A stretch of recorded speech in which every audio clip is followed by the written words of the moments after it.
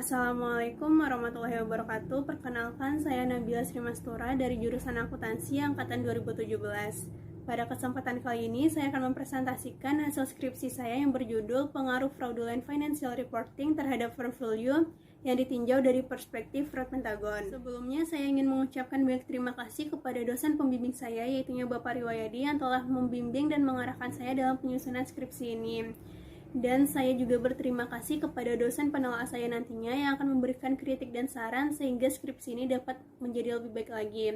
Serta kepada teman-teman yang menyaksikan, semoga penjelasan saya dapat dimengerti. Pembahasan kali ini terdiri dari bab 1 pendahuluan, bab 2 tinjauan pustaka, bab 3 metode penelitian, bab 4 pembahasan, serta bab 5 penutup. Pada bab 1, saya akan menjelaskan beberapa subtopik, diantaranya latar belakang masalah, rumusan masalah, tujuan penelitian, manfaat penelitian, serta sistematika penelitian. Yang pertama yaitu latar belakang masalah.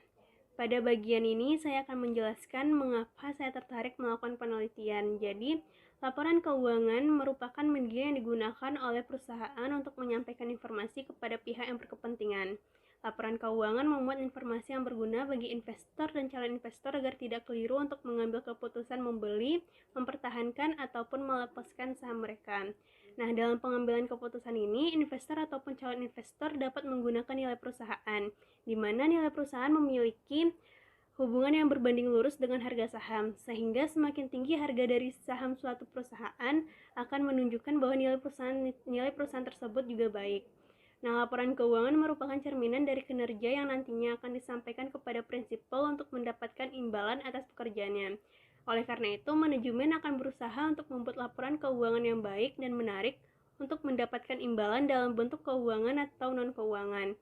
Meskipun pada PSAK 1 telah dikatakan bahwa dalam penyajian laporan keuangan haruslah menyajikannya secara wajar dan sesuai dengan standar akuntansi yang berlaku, serta didasarkan pada prinsip jujur dan objektif. Akan tetapi, untuk menarik perhatian dari para investor ataupun calon investor agar berkeinginan untuk berinvestasi, maka tidak jarang pihak manajemen melakukan tindakan yang tidak sesuai dengan keadaan sebenarnya, seperti memanipulasi data dari laporan keuangan yang lebih dikenal dengan kecurangan laporan keuangan. Kegiatan yang dilakukan oleh perusahaan yang melanggar peraturan, norma, dan etika dikenal juga dengan istilah fraud. Nah, untuk kegiatan yang melibatkan laporan keuangan dengan merekayasa akun-akun pada laporan keuangan dikenal sebagai fraudulent financial reporting. Dari hasil penelitian yang dilakukan oleh Association of Certified Fraud Examiners, tercatat 2.504 kasus fraud terjadi dari 125 negara, dan Indonesia sendiri berada pada posisi keempat di Asia Pasifik terkait kasus dari fraud ini. Nah, selama tahun 2019, Indonesia memiliki kasus-kasus kecurangan laporan keuangan yang mengejutkan publik. Nah, hal inilah yang menjadi alasan saya tertarik untuk melakukan penelitian. Salah satu kasus yang terungkap pada bulan April 2019 adalah kasus dari PT Garuda Indonesia, di mana PT Garuda Indonesia ini memanipulasi laporan keuangan. Pada laporan keuangan tahun 2018 ini, pihak manajemen mengakui pendapatan dari PT Mata Aero yang masih berbentuk piutang. Kasus lain yang terjadi pada 2019 adalah ketidakmampuan dari Jiwasraya untuk membayar polis jatuh tempo dari nasabahnya, serta adanya ketidaktransparan dari Jiwasraya dalam mengungkapkan laporannya, dan permasalahan lainnya yaitu Jiwasraya yang menempatkan dana investasi pada aset berisiko. Dan setelah dilakukan pemeriksaan oleh BPK, sejak tahun 2006, Jiwasraya menyajikan laba yang semu karena melakukan rekayasa akuntansi. Nah, untuk mendeteksi fraudulent financial reporting terdapat beberapa teori, di mana yang pertama itu ada Crazy yang mengemukakan bahwa 3 faktor penyebab terjadinya kecurangan dalam laporan keuangan adalah pressure atau tekanan, opportunity atau kesempatan, serta rationalization atau rasionalisasi. Lalu teori yang dirumuskan oleh Crazy ini dikembangkan lagi oleh David Wolf pada tahun 2004 dengan menambahkan faktor capability atau kemampuan, sehingga teori ini dikenal dengan fraud diamond. Lalu pada tahun 2011, teori fraud kembali mengalami perkembangan yang dikemukakan oleh Crowley, di mana teori yang dikemukakan oleh Crowley ini dikenal dengan istilah fraud pentagon. Nah, pada fraud pentagon ini, Crowley menambahkan 2 faktor dari fraud triangle. Yang pertama itu ada arrogancy, dan yang kedua itu ada competence, di mana competence ini memiliki arti yang sama dengan capability dari fraud diamond. Latar belakang tersebut, maka didapatkan 6 rumusan masalah, di mana yang pertama itu apakah pressure memiliki pengaruh terhadap fraudulent financial reporting, Yang kedua, apakah opportunity memiliki pengaruh terhadap fraudulent financial reporting? Yang ketiga, apakah rationalization berpengaruh terhadap fraudulent financial reporting? Yang keempat, apakah competence berpengaruh terhadap fraudulent financial reporting? Serta yang kelima, apakah arrogance berpengaruh terhadap fraudulent financial reporting? Serta yang terakhir, apakah fraudulent financial reporting berpengaruh terhadap firm value? Dari rumusan masalah tersebut, maka didapatkan tujuan penelitian ini, yaitu yang pertama untuk mengetahui pengaruh pressure terhadap fraudulent financial reporting, yang kedua untuk mengetahui pengaruh opportunity terhadap fraudulent financial reporting, yang ketiga untuk mengetahui pengaruh rationalization terhadap fraudulent financial reporting, serta yang keempat untuk mengetahui pengaruh competence terhadap fraudulent financial reporting, dan yang kelima untuk mengetahui pengaruh arrogance terhadap fraudulent financial reporting, serta yang keenam untuk mengetahui pengaruh fraudulent financial reporting terhadap firm value. Selanjutnya, manfaat penelitian. Yang pertama, diharapkan bagi investor untuk digunakan sebagai referensi dalam menimbang keputusan untuk melakukan investasi pada suatu perusahaan. Diharapkan dengan mengetahui fraudulent financial reporting ini, investor akan lebih skeptif dalam membuat keputusan. Selanjutnya itu, penelitian ini diharapkan dapat dijadikan referensi dalam pembuatan kebijakan untuk mencegah terjadinya fraud di masa depan. Lalu, penelitian ini sebagai sarana untuk memperluas wawasan serta menambah referensi mengenai auditing, terutama terkait faktor-faktor yang mempengaruhi fraudulent financial reporting, sehingga diharapkan dapat bermanfaat bagi penulis di masa yang akan datang. Sistematika penulisan. Bab 1 merupakan bagian pendahuluan. Pada bagian ini berisi latar belakang dari penelitian, rumusan masalah, tujuan penelitian, manfaat penelitian, dan sistematika penulisan. Selanjutnya, bab 2 merupakan tinjauan pustaka. Pada bagian ini membahas landasan teori dan kerangka pemikiran. Pada bagian ini memaparkan dasar teoritis yang digunakan, hasil penelitian sebelumnya, kerangka pemikiran, dan pengembangan hipotesis. Nah, pada bab 3 membahas metodologi penelitian. Pada bab ini akan dibahas metode penelitian yang meliputi definisi dan pengukuran variabel, populasi dan sampel, jenis dan sumber data, metode pengumpulan data, dan metode analisis data. Selanjutnya, bab 4 merupakan pembahasan. Bab ini akan membahas objek penelitian, analisis data, dan pembahasan hasil uji terhadap data yang diperoleh. Bab 5 adalah penutup. Pada bab terakhir ini akan menjelaskan mengenai kesimpulan, keterbatasan penelitian, memberikan saran, serta menyampaikan implikasi dari penelitian. Bab 2 landasan teori. Pada kajian teori merupakan suatu teori ataupun literatur yang mendukung penelitian ini. Teori yang digunakan di sini yang pertama itu ada agensi teori. Agensi teori merupakan hubungan keagenan yang timbul karena adanya kontrak antara prinsipal dengan agen, di mana agen akan bertanggung jawab untuk memaksimalkan keuntungan prinsipal. Agensi teori didasari oleh perbedaan kepentingan antara pemilik dengan pengelola atau antara prinsipal dengan agen. Pemilik mengharapkan return saham yang tinggi dengan biaya yang rendah, sedangkan pengelola atau agen menginginkan bonus yang tinggi untuk pekerjaan yang dilakukannya. Hal ini akan menyebabkan terjadinya asimetri informasi, di mana ketika informasi yang didapatkan oleh prinsipal dengan informasi yang dimiliki oleh agen tidak seimbang. Agen sebagai pihak yang menjalankan, memantau, dan bertanggung jawab atas seluruh kegiatan perusahaan tentunya memiliki informasi yang lebih banyak dibandingkan dengan prinsipal.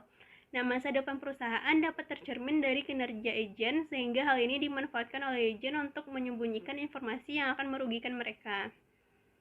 Lalu, adanya simetri informasi tentunya memudahkan agen melakukan berbagai cara untuk menampilkan kondisi perusahaan dalam keadaan baik, termasuk salah satunya dengan memanipulasi data dari akun-akun yang terdapat di dalam laporan keuangan. Berdasarkan penjelasan tersebut, permasalahan keagenan akan memicu terjadinya fraudulent financial reporting. Selanjutnya itu stakeholder teori. Selain hubungan antara agen dengan prinsipal dalam agensi teori, penelitian ini juga membahas stakeholder teori dalam konteks fraudulent financial reporting. Stakeholder teori dipandang sebagai teori yang menekankan pada moral dan nilai-nilai di dalam organisasi bisnis dan menekankan tanggung jawab dari agen untuk menyeimbangkan kepentingan shareholder dengan kepentingan stakeholder. Dalam stakeholder teori ada tekanan yang dihadapi oleh pihak manajemen, sehingga hal ini akan memicu terjadinya fraudulent financial reporting. Tekanan yang didapatkan oleh pihak manajemen dapat berupa melebihkan informasi yang ada ataupun mengurangi informasi yang tersedia. Teori selanjutnya yaitu firm value. di mana Sujoko dan Subiantoro 2007 mengungkapkan bahwa firm value merupakan persepsi investor terhadap tingkat keberhasilan perusahaan dalam mengelola sumber daya yang akan tercermin pada harga saham perusahaan. Nah, para calon investor ini sebelum melakukan investasi akan melihat dulu nilai perusahaan sebagai dasar dalam mengambil keputusan untuk berinvestasi. Nah, nilai saham yang tinggi akan membuat investor percaya bahwa perusahaan memiliki prospek yang baik, sehingga investor akan memperoleh return sesuai dengan harapan yang mereka inginkan. Nah, firm value dapat dilihat melalui price book value, di mana ketika price book value suatu perusahaan di atas 1, hal ini dipercaya sebagai tanda bahwa perusahaan tersebut memiliki kemampuan untuk bertahan di masa depan. Nilai perusahaan dapat diukur dengan price book value, di mana harga saham dibagi dengan nilai buku saham. Akibatnya, apabila harga saham meningkat, maka price book value juga akan mengalami kenaikan. Nah, lalu peningkatan harga saham ini mengirimkan nilai positif kepada manajer dari investor. Peningkatan harga saham menjadi motivasi bagi para manajer untuk terus meningkatkan nilai perusahaan. Teori yang selanjutnya itu ada fraud teori. Fraud memiliki pengertian yang sangat luas, sehingga untuk pengertiannya dikaitkan dengan bidang yang dikaji. Fraud dinyatakan sebagai tindakan yang disengaja untuk menyajikan salah saji informasi yang material dalam laporan keuangan dan merupakan subjek dari pengauditan. Berdasarkan pengertian tersebut, dapat ditarik kesimpulan bahwa fraud merupakan suatu tindakan yang disengaja dengan maksud untuk menguntungkan diri sendiri dan dapat merugikan orang lain. Fraud dari segi laporan keuangan dapat berupa salah saji material yang disengaja, baik itu berupa overstatement maupun understatement. Selanjutnya, fraud itu sendiri terdiri dari beberapa bagian. Yang pertama itu tree of fraud. Tree of fraud ini terdiri dari occupational fraud yang dapat dibagi menjadi 3 kelompok. Di antaranya yang pertama itu fraudulent financial reporting atau kecurangan laporan keuangan. Nah, fraudulent financial reporting ini merupakan bentuk kecurangan terhadap laporan keuangan dengan memanipulasi akun-akun yang ada dengan tujuan untuk menutupi kondisi perusahaan yang sebenarnya dan untuk menipu para pemakai laporan keuangan. Nah, fraudulent financial reporting ini sendiri menanggung kerugian yang paling besar, yaitu sebesar 954.000 US dollar, walaupun total kasus dari fraudulent financial reporting ini sedikit. Selanjutnya itu ada misappropriation asset, di mana ini merupakan penyalahgunaan aset. Selanjutnya corruption atau korupsi. Selanjutnya itu fraud triangle. Tracy mengemukakan sebuah konsep segitiga kecurangan yang disebut juga dengan fraud triangle theory. Teori ini merupakan sebuah wawancara yang dilakukan oleh Tracy terhadap 200 orang yang terindikasi melakukan kecurangan. Dan penelitian yang dilakukan oleh Tracy ini mengupas faktor apa saja yang menyebabkan seseorang menjadi fraudster. Nah, didapatkanlah 3 kondisi yang selalu ada pada saat kecurangan terjadi. Yang pertama itu ada tekanan atau pressure. Selanjutnya itu ada opportunity atau kesempatan. Lalu ada rationalization atau rasionalisasi. Nah, jadi tekanan yang dirasakan oleh seseorang bersamaan dengan adanya kesempatan dan tindakan merasionalisasikan tindakan tersebut akan mengakibatkan terjadinya suatu kecurangan atau fraud. Selanjutnya ada fraud diamond. Jadi konsep yang dirumuskan oleh Tracy sebelumnya itu didasarkan pada dorongan keadaan dan sifat alami manusia. Lalu pada tahun 2004, Wolf dan Hermanson menambahkan satu faktor baru yang ditemukan sebagai pemicu terjadinya fraud, yaitu capability atau kemampuan. Lalu setelah sebelumnya itu ada fraud triangle, fraud diamond. Nah, pada tahun 2011, Crowley mengemukakan suatu temuan yang baru di mana ini dikenal dengan fraud pentagon. Nah, pada fraud pentagon, istilah untuk capability menjadi competence yang memiliki arti yang sama dengan capability pada fraud diamond. Nah, pada fraud pentagon teori ini memiliki faktor tambahan dari fraud diamond, yaitu arrogance atau arogansi. Arogansi itu merupakan sikap superioritas atas hak yang dimilikinya dan merasa bahwa internal control atau kebijakan perusahaan tidak berlaku untuk dirinya.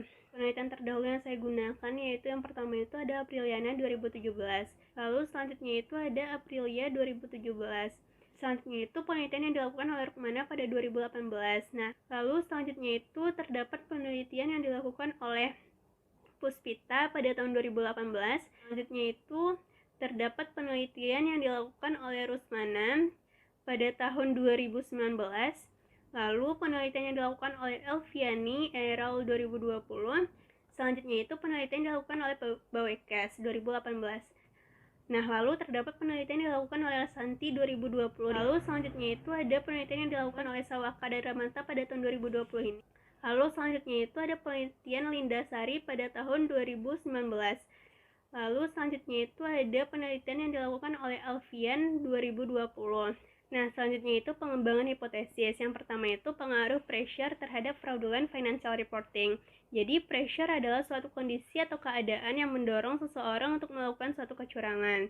Nah, dalam penelitian ini, pressure diproksikan dengan financial target, di mana Jensen dalam Luc Fierman 2004 menjelaskan bahwa agency theory merupakan hubungan keagenan yang timbul karena adanya kontrak antara pemilik modal atau prinsipal dengan agen.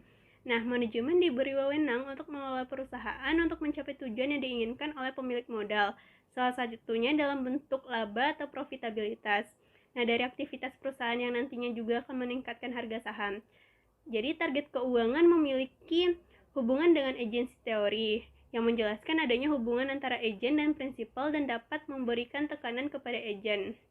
Jadi, tingginya tingkat keuntungan yang ditetapkan perusahaan membuat manajemen melakukan berbagai cara agar laporan keuangan itu terlihat bagus. Nah, jadi salah satu rasio yang termasuk finansial adalah rasio profitabilitas. Profitabilitas ini merupakan suatu jumlah relatif laba yang dihasilkan dari sejumlah investasi atau modal yang diumumkan. Nah, profitabilitas yang tidak stabil menunjukkan fluktuasi yang kurang preferable bagi investor, sehingga terdapat tekanan yang lebih besar bagi manajemen untuk memanipulasi laporan keuangan agar laporan keuangan itu tidak berfluktuasi. Nah, jadi hal ini akan meningkatkan suatu kemungkinan bahwa perusahaan atau manajemen itu melakukan fraud. Nah, profitabilitas dapat diukur dengan ROA, di mana return on asset ini adalah rasio profitabilitas yang digunakan untuk mengukur efektivitas perusahaan dalam menghasilkan keuntungan. Nah, jadi kemampuan perusahaan untuk mencapai target yang telah ditetapkan mencerminkan kinerja dari perusahaan tersebut. Semakin tinggi kemampuan perusahaan untuk mencapai target finansialnya, dapat dikatakan bahwa kinerja perusahaan semakin baik. Akan tetapi, terdapat faktor-faktor tertentu yang berada di luar kendali perusahaan, sehingga target dan yang ditetapkan tidak bisa terpenuhi dan eksistensi dari perusahaan menjadi dipertanyakan. Jadi timbulnya tekanan dalam mencapai target untuk mendapatkan bonus dan menjaga eksistensi kinerja perusahaan dapat menimbulkan tekanan dalam rangka memenuhi financial target dan meningkatkan kemungkinan terjadinya fraudulent financial reporting. Sehingga untuk hipotesis yang pertama itu, pressure berpengaruh signifikan terhadap fraudulent financial reporting. Selanjutnya itu ada pengaruh opportunity terhadap fraudulent financial reporting. Nah, fraudulent financial reporting ini merupakan salah satu dampak dari lemahnya pengawasan atau ineffective monitoring, sehingga ini memberikan kesempatan kepada agen atau manajer untuk melakukan hal-hal yang menyimpang, seperti diantaranya itu melakukan manipulasi data. Nah, agency teori menjelaskan efektivitas pengawasan yang dilakukan oleh prinsipal agar perusahaan dapat berjalan dengan benar dan semestinya. Nah, pengawasan merupakan salah satu dari tugas komisaris terhadap manajer atau agen sebagai pengelola.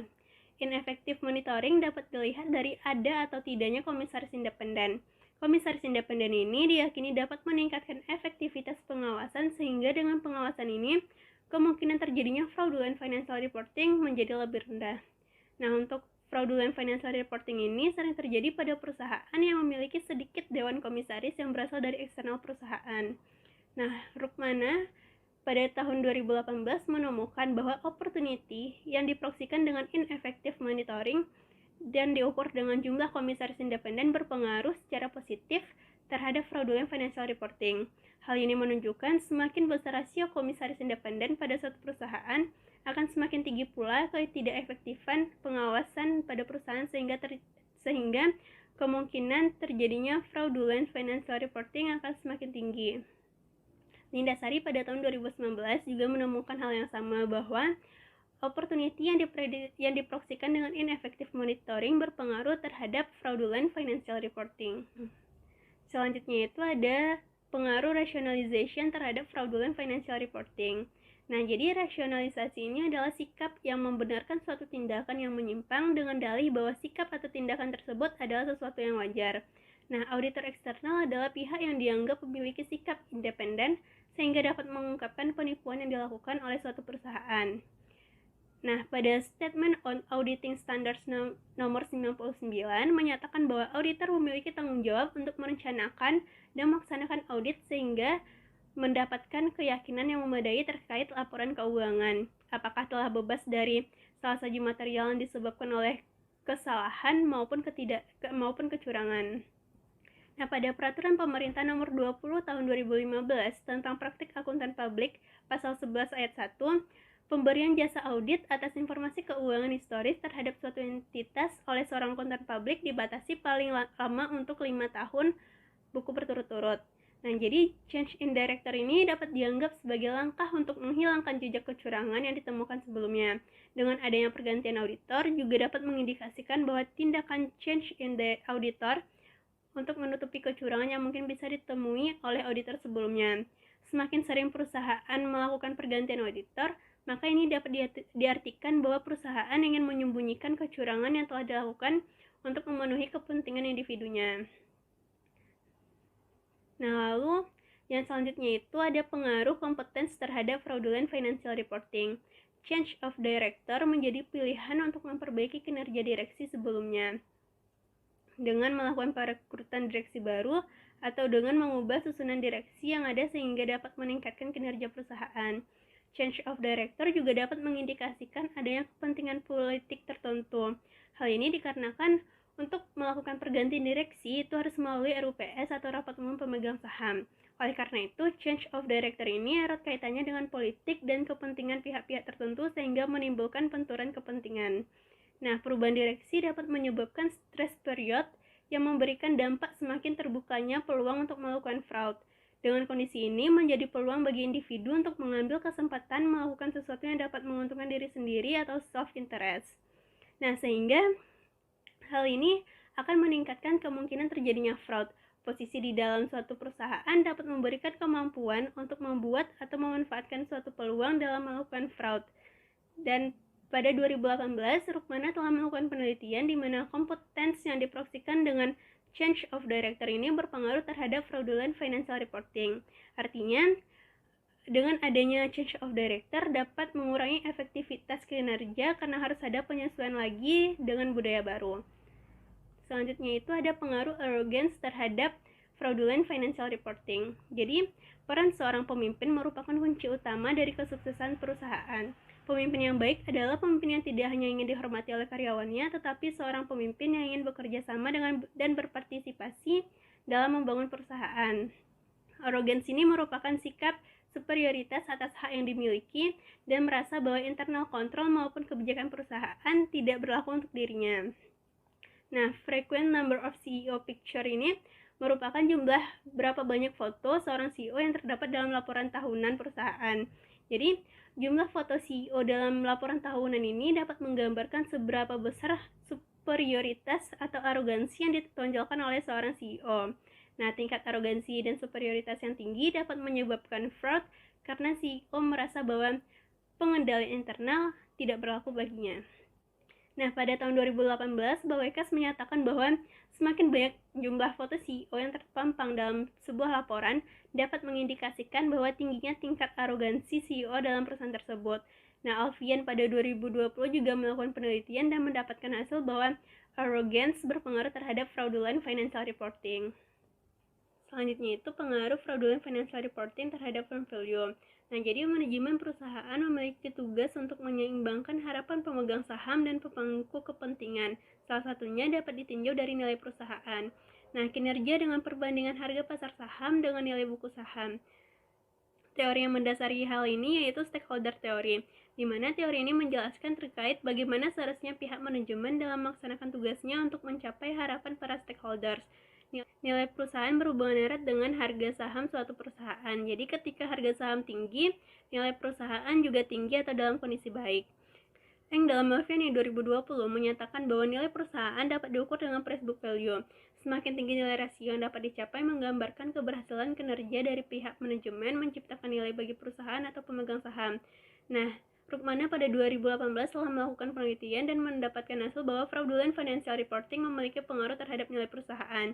Konflik agensi yang menyebabkan laporan keuangan dimanipulasi mengakibatkan kualitas laba yang rendah dan akan berdampak pada penurunan nilai perusahaan di masa depan.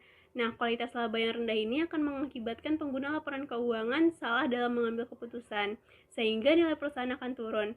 Hasil yang sama juga ditemukan oleh Elviani pada 2020, bahwa fraudulent financial reporting ini berpengaruh terhadap firm value secara negatif. Selanjutnya itu kerangka pemikiran dapat dilihat pada gambar di mana pressure sebagai X1 itu berpengaruh terhadap fraudulent financial reporting. Yang kedua ada opportunity berpengaruh terhadap fraudulent financial reporting. X3 ada rationalization berpengaruh terhadap fraudulent financial reporting. Yang keempat itu ada competence berpengaruh terhadap fraudulent financial reporting. Yang kelima itu ada arrogance berpengaruh terhadap fraudulent financial reporting.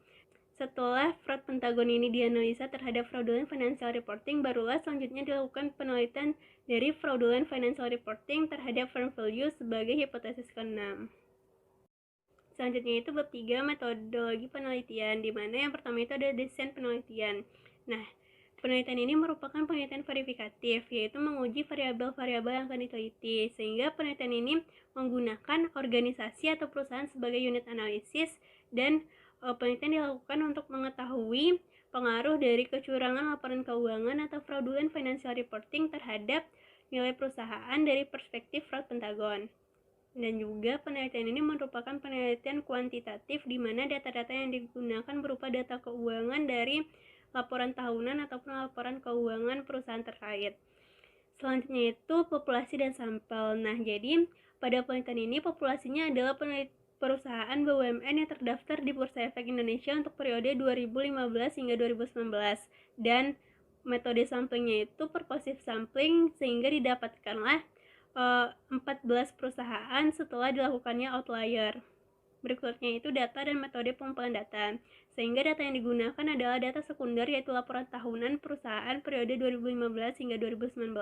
Selanjutnya itu variabel dan pengukuran. Pada penelitian ini terdapat dua variabel dependen. Yang pertama itu fraudulent financial reporting yang diukur dengan F-score, dan yang kedua itu ada firm value yang diukur dengan price book value. Nah, untuk variabel independen itu menggunakan faktor pada fraud pentagon, di mana itu terdapat 5 faktor. Yang pertama itu ada pressure, yang kedua itu opportunity, yang ketiga rationalization, yang keempat competence, dan yang kelima itu arrogance. Nah, selanjutnya itu metode analisis data. Nah, pada metode analisis data ini menggunakan 4 pengujian, di mana yang pertama itu ada uji deskriptif, yang kedua uji asumsi klasik, yang ketiga uji analisis data, dan yang keempat itu uji dari hipotesis. Selanjutnya hasil dan pembahasan. Nah, pada hasil dan pembahasan ini, data-data yang telah didapatkan dari laporan tahunan diolah menggunakan SPSS versi 25. Nah, yang pertama itu gambaran umum dari objek penelitian.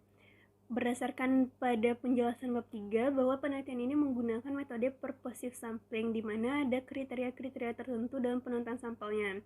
Jadi, di sini terdapat perusahaan yang terdaftar di Bursa Efek Indonesia dalam periode 2015 hingga 2019 dan tidak delisting dari Bursa Efek Indonesia berjumlah 24 perusahaan. Dan perusahaan yang mempublikasikan laporan tahunan di website perusahaan atau website Bursa Efek Indonesia dan laporan keuangan disajikan tidak dalam rupiah, itu terdapat 3 perusahaan, dan laporan tahunan ataupun laporan keuangan perusahaan tidak menyajikan data-data yang sesuai dengan variabel penelitian, itu ada 5 perusahaan, sehingga total perusahaan yang memenuhi kriteria adalah 16 perusahaan. Dan setelah dilakukan outlier, yaitu 2 perusahaan sama dengan 10 dari 10 data penelitian, didapatkanlah total sampel yang digunakan itu 70. Selanjutnya itu analisis statistik deskriptif. Jadi hasil dari statistik deskriptif untuk variabel dependen, yaitu fraudulent financial reporting yang diukur dengan menggunakan F-score, memiliki nilai rata-rata sebesar 0,104487, yang menandakan bahwa perusahaan BUMN selama tahun 2015 hingga 2019 memiliki tingkat fraudulent financial reporting sebesar 10,45% dengan standar deviasi sebesar 0,5708 atau sebesar 57,08%. Sedangkan untuk nilai minimum dari fraudulent financial reporting yaitu min 1,2589 yang dimiliki oleh Jasa Marga, dan nilai maksimum dari fraudulent financial reporting adalah sebesar 1,7823 yaitu perusahaan tambang batu bara Bukit Asam. Dan selanjutnya dari hasil statistik ini dapat juga dilihat hasil statistik untuk perusahaan yang terindikasi melakukan fraud dan yang tidak terindikasi melakukan fraud. Nah, jadi perusahaan yang melakukan fraud dapat dilihat dari nilai fraudulent financial reporting yang diukur dengan F-score. Nah, jika nilai F-score-nya di atas 1, maka perusahaan tersebut diindikasikan melakukan fraud. Sedangkan perusahaan yang memiliki nilai F-score di bawah 1, perusahaan tersebut tidak diindikasikan melakukan fraud.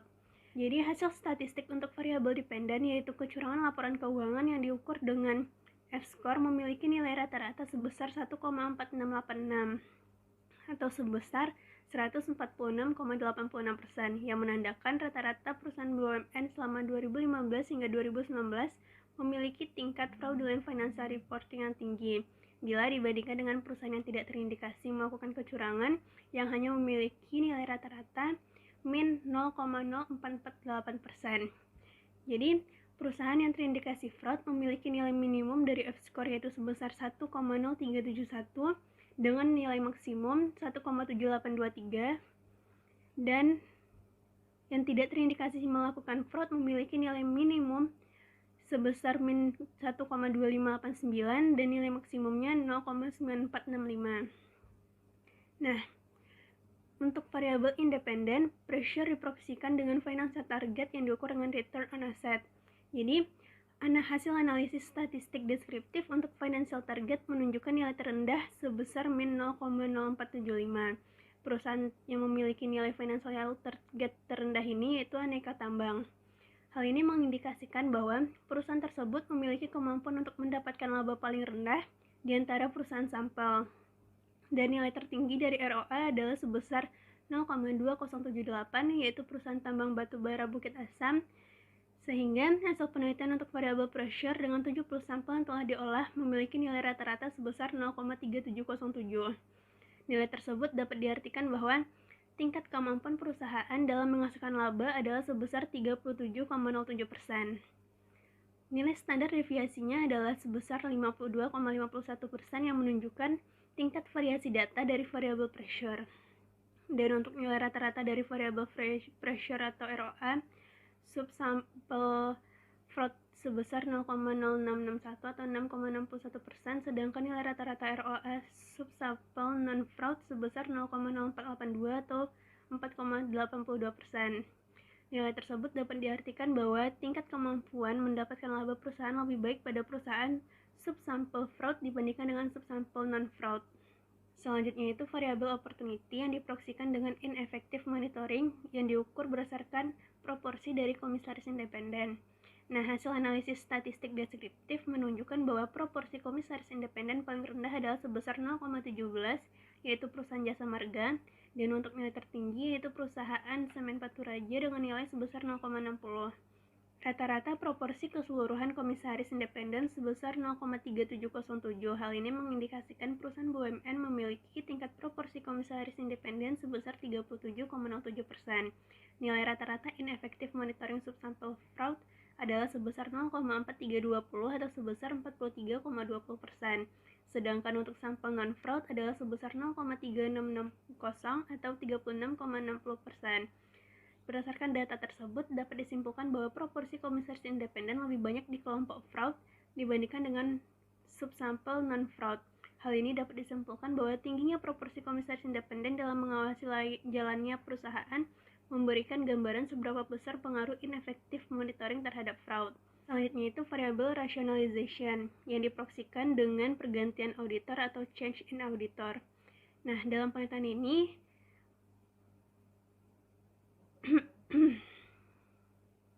selanjutnya itu variabel rationalization yang diproksikan dengan pergantian auditor atau change in auditor. Pada penelitian ini digunakan variabel dummy. Hasil penelitian selama tahun 2015 hingga 2019 dengan 70 sampel menghasilkan rata-rata sebesar 0,7143 atau 71,43%. Perusahaan sampel melakukan pergantian kantor akuntan publik yang diberi nilai 1, sedangkan untuk sisanya 62,93% perusahaan tidak melakukan pergantian kantor akuntan publik yang diberi dengan nilai 0. Nah, jadi pada variabel rationalization ini standar deviasinya adalah 0,4550 atau 45,50%. Nilai rata-rata pergantian auditor subsampel fraud adalah 0,6000 atau 60%. Sedangkan untuk sampel non-fraud adalah sebesar 0,7231 atau 72,31%. Yang berarti dari nilai tersebut dapat disimpulkan bahwa tingkat pergantian kantor akuntan publik perusahaan lebih banyak dilakukan oleh subsampel non-fraud dibandingkan dengan subsampel fraud. Nah, selanjutnya itu ada variabel competence. Dalam penelitian ini diproksikan dengan penilaian pergantian direksi atau change in director dalam perusahaan. Berdasarkan penelitian terhadap 70 sampel selama periode penelitian 2015 hingga 2019 menghasilkan nilai rata-rata sebesar 0,7571 atau 75,71%. Perusahaan sampel terdapat pergantian direksi diberi nilai 1 dan sisanya 24,29% perusahaan tidak terdapat pergantian direksi. Nah, nilai standar deviasi pada variabel competence sebesar 0,43191 atau 43,19%. Nilai rata-rata pergantian direksi ini pada subsampel fraud sebesar 0,4000 atau 40%. Sedangkan untuk sampel non-fraud sebesar 0,7846 atau 78,46%. Hal ini mengindikasikan bahwa pergantian direksi lebih banyak dilakukan oleh subsampel non-fraud dibandingkan subsampel fraud. Selanjutnya itu variabel arrogance. Dalam penelitian ini diproksikan dengan frequent number of CEO picture yang pengukurannya menggunakan rasio dari jumlah foto yang terdapat dalam laporan tahunan dengan jumlah direksi tingkat atas. Nah, dalam periode 2015 hingga 2019 pada perusahaan BUMN memiliki nilai rata-rata sebesar 1,4664 dengan nilai terendah 1 yaitu perusahaan Indofarma dan nilai tertinggi yaitu 2,6 yaitu perusahaan PP Property. Standar deviasinya adalah sebesar 30,35%. Nilai rata-rata rasio jumlah foto CEO yang terpampang pada subsampel fraud sebesar 1,48 sedangkan untuk sampel non-fraud sebesar 1,46. Nah, hal ini mengindikasikan bahwa rasio dari jumlah foto yang terpampang dalam laporan tahunan lebih tinggi pada subsampel fraud dibandingkan dengan subsampel non-fraud. Selanjutnya, uji asumsi klasik, di mana pada uji asumsi klasik ini melalui beberapa tahap. Yang pertama itu ada uji normalitas data. Nah, pada uji normalitas data ini dilakukan outlier terhadap 10 sampel, sehingga sampel yang tersisa dan digunakan untuk pengujian seterusnya itu ada 70 sampel. Dengan hasil dari uji normalitas setelah dilakukan perbaikan data dari outlier menghasilkan nilai signifikannya sebesar 0,298 dan berdasarkan hasil tersebut dapat disimpulkan bahwa data telah normal karena melebihi nilai signifikansi 0,05 yaitu uji multikolinearitas, di mana dari hasil penelitian yang diolah menggunakan SPSS 25 dapat disimpulkan bahwa semua variabel independen memiliki nilai toleransi lebih besar dari 0,10 dan memiliki nilai FIF kurang dari 10. Dari hasil tersebut dapat dinyatakan bahwa variabel independen yang digunakan dalam model regresi penelitian ini terbebas dari multikolinearitas sehingga data yang digunakan dapat dipercaya dan objektif. Selanjutnya, uji heteroskedastisitas, di mana pada uji ini menggunakan uji Gleiser test dan dari hasil pengujian didapatkan bahwa semua variabel nilai signifikansi untuk variabel lebih dari 0,05 sehingga dapat disimpulkan bahwa tidak terjadinya gejala heteroskedastisitas dalam model ini. Selanjutnya itu ada uji autokorelasi. Untuk uji autokorelasi ini menggunakan pengujian Darwin-Watson, di mana dari uji tersebut didapatkan hasil dari model regresi dengan DW 1,906. Nah, jadi nilai DW ini berada di bawah 4 dikurang DU yaitu 2,2317 dan DU-nya sendiri bernilai 1,7683. Maka nilai DW 1,906 berada di antara 2,2317 dan 1,7683. Selanjutnya itu ada analisis data. Nah, yang pertama itu model regresi linear berganda. Analisis ini digunakan untuk mengetahui pengaruh dari fraud pentagon terhadap fraudulent financial reporting.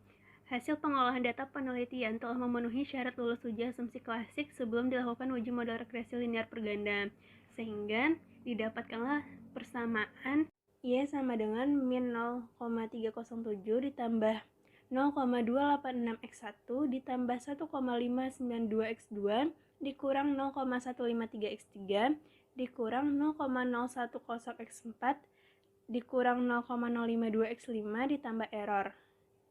Dan untuk pengaruh dari fraudulent financial reporting terhadap firm value itu menggunakan analisis linear sederhana, di mana didapatkan bersamaan Z sama dengan 3,932 ditambah 0,350Y.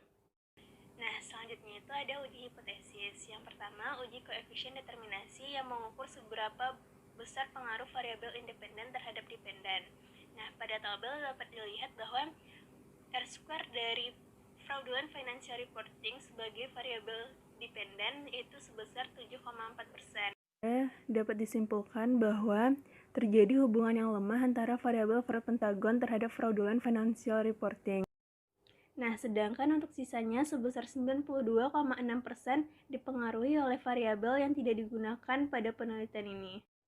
Selanjutnya itu pengujian variabel fraud pentagon terhadap fraudulent financial reporting, di mana pada pengujian ini dilakukan dengan uji T. Uji T ini dilakukan untuk menguji secara parsial apakah variabel dari fraud pentagon yang meliputi pressure, opportunity, rationalization, competence, dan arrogance ini memiliki pengaruh signifikan terhadap fraudulent financial reporting. Dan hasilnya dapat dilihat pada tabel bahwa nilai signifikansi yang berada di bawah 0,05 hanyalah satu variabel, yaitu variabel opportunity. Sehingga hipotesis yang diterima adalah H2, di mana nilai dari signifikansi opportunity berada di bawah 0,05, yaitu sebesar 0,46. Nah, selanjutnya itu dari uji regresi linear sederhana juga memiliki ketentuan yang sama, di mana hipotesis akan diterima ketika signifikansi berada di bawah 0,05. Sedangkan untuk pengaruh fraudulent financial reporting terhadap firm value memiliki nilai signifikansi 0,824, sehingga hipotesis juga ditolak. Nah, jadi dari hasil uji tersebut dapat diketahui bahwa fraudulent financial reporting tidak memiliki pengaruh terhadap firm value. Nah, selanjutnya itu pembahasan. Yang pertama, pressure berpengaruh terhadap fraudulent financial reporting. Berdasarkan hasil uji regresi parsial, diketahui bahwa nilai signifikansi dari pressure adalah 0,840, sehingga nilai signifikansi ini lebih besar daripada 0,05, maka hipotesis ditolak. Selanjutnya itu, opportunity berpengaruh terhadap fraudulent financial reporting. Nah, pada opportunity ini memiliki nilai signifikansi sebesar 0,046, yang mana nilai ini di bawah 0,05, sehingga hipotesis diterima. Yang ketiga itu ada rationalization berpengaruh terhadap fraudulent financial reporting. Nah, jadi berdasarkan hasil uji parsial didapatkan bahwa nilai signifikansi dari rationalization adalah 0,348, sehingga hipotesis ditolak karena signifikansinya lebih besar daripada 0,05. Selanjutnya itu ada competence, di mana competence ini memiliki nilai signifikansi 0,952, sehingga hipotesis juga ditolak. Selanjutnya itu ada arrogance, di mana arrogance ini berpengaruh terhadap fraudulent financial reporting.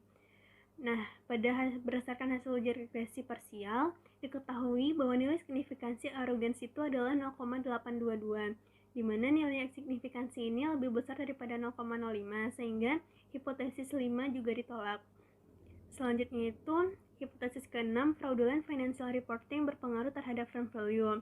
Nah, berdasarkan hasil uji regresi parsial diketahui bahwa nilai signifikansi fraudulent financial reporting adalah 0,824, di mana nilai signifikansi ini lebih besar daripada 0,05, sehingga hipotesis ditolak.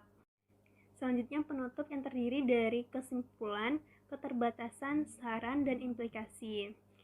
Yang pertama itu kesimpulan. Dari hasil uji yang telah dilakukan menggunakan SPSS 25 didapatkan bahwa variabel pressure, rationalization, competence, dan arrogance tidak berpengaruh terhadap fraudulent financial reporting, sedangkan variabel opportunity berpengaruh terhadap fraudulent financial reporting. Dan untuk variabel fraudulent financial reporting tidak memiliki pengaruh terhadap firm value. Selanjutnya keterbatasan, di mana yang pertama itu baik perusahaan tidak menampilkan beberapa informasi mengenai variabel yang dibutuhkan dalam penelitian, sehingga hal ini mengurangi beberapa sampel. Keterbatasan selanjutnya yaitu peneliti hanya menganalisa pergantian auditor selama periode penelitian, yaitu 2015 hingga 2019. Selanjutnya saran. Yang pertama, untuk penelitian selanjutnya disarankan menggunakan objek penelitian yang lebih luas sehingga dapat menggeneralisasikan hasil penelitian. Yang kedua, mengembangkan penelitian baik dari sektor ataupun variabel. Yang ketiga, menambahkan variabel independen selain variabel yang digunakan dalam penelitian ini. Selanjutnya, implikasi penelitian. Nah, penelitian ini diharapkan dapat memberikan manfaat bagi investor sebagai alat yang memberikan informasi agar lebih skeptis dalam mempertimbangkan investasi. Diharapkan dapat memberikan manfaat kepada para pengguna laporan keuangan untuk pertimbangan manajemen sebagai penanggung jawab dan agen dalam melindungi pemegang saham. Diharapkan dapat memberikan manfaat kepada para pengguna laporan keuangan untuk pertimbangan manajemen sebagai penanggung jawab dan agen dalam melindungi pemegang saham. Pengguna laporan keuangan dapat menggunakan variabel opportunity yang diproyeksikan dengan proporsi komisaris independen untuk mendeteksi potensi terjadinya fraudulent financial reporting sehingga pengambilan keputusan dapat dilakukan secara tepat. Sekian presentasi dari hasil skripsi saya. Apabila terdapat kesalahan dan kekurangan mohon dimaafkan. Assalamualaikum warahmatullahi wabarakatuh.